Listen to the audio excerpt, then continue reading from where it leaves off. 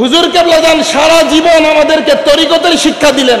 হুজুর কেবলাজান আমাদেরকে হাতে নাতে নাফস চিনাইলেন। হুজুর কেবলাজান আমাদেরকে রুহের তত্ত্ব জানাইলেন। হুজুর কেবলাজান আমাদেরকে লতিফে কলবের মধ্যে সবক দিলেন। হুজুর কেবলাজান তরিকতের পথে আমাদেরকে চালাইবার চেষ্টা করলেন। আবার কিন্তু হুজুর কেবলাজান এই কথাও বলছে, বাবা আমার কাছে আসে গাড়ি বাড়ি নারী টাকা পয়সা ধন সম্পদ, আমার কাছে মানুষেরা নালিশ করে শুধু দুনিয়াবি জিনিস নিয়ে। আমি যেই জিনিস নিয়ে আইলাম ওই জিনিসের লেগে কেউ আসে না। কথা বলেন না কেন? তার মানে বোঝা যায় আল্লাহর ওলিদের কাছে কয় ধরনের জিনিস আছে? কয় ধরনের? বলে না কয় ধরনের? সবাই বলেন কয় ধরনের? দুই ধরনের জিনিস আছে। তো একটা জিনিস দিয়ে মানুষ বানায়, আর আরেকটা জিনিস হচ্ছে যেটা মানুষ যেটার প্রতি আকর্ষণ করে। মানুষ সাধারণত টাকা পয়সা বা সবকিছু দুনিয়ার সবকিছু, আল্লাহর ওলিদের কাছে গেলে এটাও পাওয়া যায়। আবার আরেকটা জিনিস হচ্ছে আপনি যদি দুনিয়ার দিকে না তাকায়া, দুনিয়ার টাকা পয়সা ধন সম্পদ এগুলোর দিকে না তাকায়া আপনি যদি বলেন যে হুজুর কিভাবে হইলেন, আল্লাহর ওলি কিভাবে হয়, মানুষ কিভাবে হয়, আট্টশির হুজুরও মানুষ, আপনিও মানুষ, ওই যে আপনার দাদা হুজুর খাজা এনায়েতপুরীও মানুষ, আপনিও মানুষ, আব্দুল কাদের জিলানিও মানুষ, আপনিও মানুষ, খাজা মাঈনুদ্দিন চিশতিও মানুষ, আপনিও মানুষ, বাহাউদ্দিন নকশবন্দিও মানুষ, আমিও মানুষ, হুজুর সাল্লাল্লাহু আলাইহি ওয়াসাল্লামও মানুষ, আমিও মানুষ। কিন্তু এই মানুষের মধ্যে পার্থক্য কোথায়? তারা কি মানুষ, তারা কি মানুষ হইলেন, আমরা কি মানুষ হইলাম? আমরা যদি মানুষ হতে চাই, আমরা যদি মানুষ হইতে পারি, তাহলে এই কথা বিশ্বাস করে নেন হুজুর সাল্লাল্লাহু আলাইহি ওয়াসাল্লামের নিসবতে সমস্ত আউলিয়ায়ে কেরাম যেই নিয়ামত সিনার মধ্যে নিয়ে এসেছেন, ওই নিয়ামত আমার আল্লাহ প্রত্যেকটা মানুষের ভিতরে দান করেছেন। কয় মানুষের ভিতরে? বলে না কয়টা মানুষের ভিতরে? প্রত্যেকটা মানুষের ভিতরে সেই নিয়ামত আল্লাহ দান করেছেন। সেই নিয়ামতের আমাদের ভিতরে দুইটা বিষয়। কয়টা? বলে না কয়টা? সবাই বলেন কয়টা? দুইটা। একটা হচ্ছে নাফস আর একটা জানি কি? কথা কয় না। একটা নাফস আর একটা রূহ। এখন এই নাফস এটা হচ্ছে সমস্ত খারাপির আকর, সমস্ত অপবিত্রতার আকর, সমস্ত নিকৃষ্টতার আকর। এখন আপনি যদি এই নাফস, এই নাফসের পাঁচটা মানে এই নাফসের পাঁচটা স্তর আছে। কয়টা? সবাই বলে না কয়টা? পাঁচটা। প্রথম নম্বর নাফস হচ্ছে নাফসে আম্মারা। নাফসে সবাই বলেন নাফসে আম্মারা। দ্বিতীয় নম্বর নাফস হচ্ছে নাফসে লাওয়ামা। নাফসে বলে না নাফসে লাওয়ামা। তৃতীয় নম্বর নাফস হচ্ছে নাফসে মুতমাইন্না। নাফসে বলে না নাফসে। চার নম্বর নাফস হচ্ছে নাফসে মুলহামা। নাফসে বলে না নাফসে। আর পাঁচ নম্বর নাফসের নাম হচ্ছে নাফসে মুহাদ্দাসা। নাফসে বলে না নাফসে মুহাদ্দাসা। মানুষের এই যে নাফস, এই নাফসের স্তর কয়টা? হাত তুলে বলেন। এই হাত তুলছে না পিছনে? সবাই বলেন নাফসের স্তর কয়টা? আওয়াজ দিয়ে বলেন কয়টা? পাঁচটা। এখন সর্বপ্রথম নাফস যেটা, এটা হচ্ছে নাফসে আম্মারা। নাফসে আম্মারা। নাফসে আম্মারা কাকে বলে?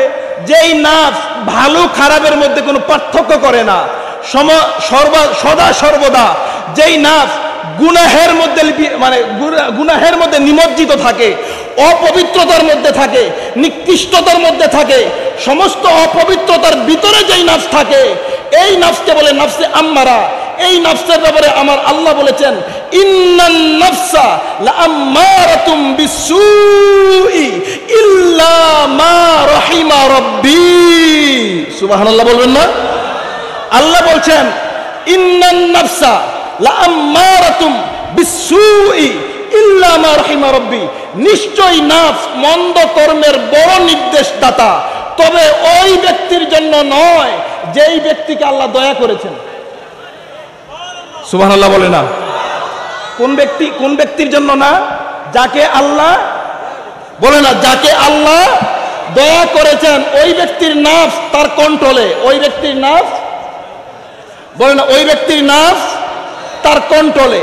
এবার আসেন, এখন নাফস আপনার নাফসে আম্মারা, নাফসে আম্মারার পরে হচ্ছে নাফসে লাওয়ামা, এরপরে হচ্ছে নাফসে লাওয়ামা এমন নাফস যেই নাফস ভালো কাজও করে খারাপ কাজও করে। বলে না নাফসে লাওয়ামা, লাওয়ামা শব্দের অর্থ হলো বর্ষনা, তিরস্কার করা, ধমক দেওয়া। তা লাওয়ামা মানে কি? লাওয়ামা মানে হচ্ছে এমন নাফস যেই নাফস গুনাহ করে, গুনাহ করার পরে আবার তার আরেক মন তাকে ধমক দেয়, এই কাজটা করলি কে? কথা বলে না, ভিতরের থেকে ধমক আসে না, এইটাকে কি বলে? নাফসে লাওয়ামা। এরপর তৃতীয় স্তর হচ্ছে নাফসে মুতমাইন্না। তো এই নাফসে মুতমাইন্নার স্তরে গেলে একটা মানুষ জান্নাতে যাওয়ার উপযুক্ত হয়। সুবহানাল্লাহ বলে না? আল্লাহ কি বলেছেন পবিত্র কোরআনের মধ্যে? আল্লাহ কি বলেছেন? ইয়া আইয়াতু হান্নাফসুল মুতমাইন্না। তা আল্লাহ কোন পবিত্র কোরআনের কোন আয়াতের মধ্যে বলে নাই, মানে নাফসে আম্মারাকে কয় নাই তুমি জান্নাতে যাও, নাফসে লাওয়ামাকে আল্লাহ বলে নাই তুমি জান্নাতে যাও। তার মানে বোঝা যায় নাফসে আম্মারা লইয়া জান্নাতে যাওয়ার সুযোগ, কথা কয় না, নাফসে আম্মারা লইয়া জান্নাতে যাওয়ার সুযোগ। তা আপনারা যে জান্নাতে হঠাৎ দিয়েছে বক্তা সাহেব, কথা কয় না, আওয়াজ দেন, আওয়াজ দেন। আপনার বক্তা যে আপনাকে জান্নাতে পাঠায় দিতেছে কোন দলিলের বলে? অথচ আল্লাহ তাআলা নাফসে আম্মারা যার, তাকে জান্নাতে যাওয়ার সার্টিফিকেট দেয় নাই। যেই ব্যক্তির নাফসে লাওয়ামা, তাকে জান্নাতে যাওয়ার সার্টিফিকেট দেয় নাই। আমার আল্লাহ জান্নাতে যাওয়ার সার্টিফিকেট দিছে কাকে? আমার আল্লাহ কয় ইয়া আইয়াতু হান্নাফসুল মুতমাইন্না ইরজিই ইলা রাব্বিকি রাদিয়াতাম মারদিয়া ফাদখুলি ফি ইবাদি ওয়াদখুলি জান্নাতি। সুবহানাল্লাহ।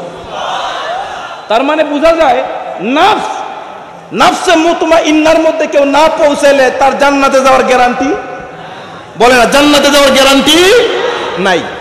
এখন যদি কারো বডি অপবিত্র হয়, বলেন তো অপবিত্র দেহ অথবা মানে রোগ শোকে ভরা এই রকম মানুষকে কেউ মানে বিদেশে যাওয়ার ভিসা পায়? কথা কয় না। এক দেশ থেকে আরেক দেশে যাবে, বিদেশে যাওয়ার ভিসা কি ওই ব্যক্তি পায়? কেন পায় না? বলেন কেন পায় না? হ্যাঁ বলেন না, কেন পায় না? অসুস্থ ব্যক্তিকে এক দেশ থেকে আরেক দেশেই যাইতে দেয় না, কারণ অসুস্থ ব্যক্তি এক দেশ থেকে আরেক দেশে যাওয়ার উপযুক্ত না। তাহলে আপনি এই জগৎ ছেড়ে ওই পারে যাবেন, ওই পারে গিয়ে আল্লাহ তাআলার যে নির্দিষ্ট এরিয়া, জান্নাত, পুরস্কারের জায়গা, আল্লাহ তাআলার সাক্ষাতের জায়গা, ওই জায়গার মধ্যে যদি আপনি ঢুকতে চান, ওই জায়গার মধ্যে যদি আপনি প্রবেশ করতে চান, অবশ্যই আপনাকে পবিত্র নাফস নিয়েই ওই ঘরের মধ্যে ঢুকতে হবে। বুঝতে পারছেন?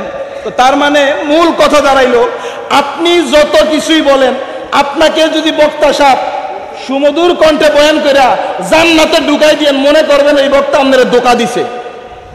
কি দিছে? কথা বলেন না, কি দিছে? ধোঁকা দিছে। এই ধোঁকাবাজির মধ্যে পড়েন না, না পড়া নিজেকে বুঝার চেষ্টা করেন। ভাই বুঝবে না তো, মানুষটা তো গভীর জিনিস বুঝবে না, বুঝে না। মিয়া সাহেব, আল্লাহ আপনাকে পাঠাইছেন একমাত্র আল্লাহ তাআলার রাজামন্দি হাসিল করার জন্য। নিজের নফসের সমস্ত খায়েশকে মাটি দিয়ে রূহের সেই মহাজি লিঙ্ক আপনার ভিতরে তৈরি করে দিয়েছেন, সংযোগ তৈরি করে দিয়েছেন। ওই সংযোগের মাধ্যমে, ওই আমানতের মাধ্যমে আল্লাহ তাআলার রাজামন্দি লাভ করার জন্য আল্লাহ আপনাকে পাঠাইছেন। আপনাকে যেই কাজের জন্য পাঠাইছে ওই কাজ বুঝেন না, কিভাবে সংসার করতে হয়, দুনিয়াদারি করতে হয়, সন্তান জন্ম দিতে হয়, টাকা কামাইতে হয়, পয়সা কামাতে হয়, সব কিছু করতে হয়, সব কিছু আপনি বুঝেছেন, কিন্তু যেই কাজের জন্য আপনাকে পাঠাইছে ওই কাজ বুঝেন নাই। বুঝতে পারছেন? তো ভাইজান, আমি আপনাদেরকে ফাঁকে দিয়ে একটু বিরক্ত করলাম, আপনারা সুমধুর কণ্ঠে বয়ান শুনবেন, মাঝখান দিয়ে আমি দুই চার কথা বলে গেলাম। তো সুতরাং আপনারা আমার কথা যদি বুঝতে পারেন তাহলেও ভালো, না বুঝলে আরো ভালো, বাচ্চা গেলেন। বুঝছেন? বুঝলে ভালো, না বুঝলে আরো ভালো, বাচ্চা গেলেন। আল্লাহ তাআলা আমাদেরকে বুঝার তৌফিক দান করুক, সকলে পড়েন আমিন।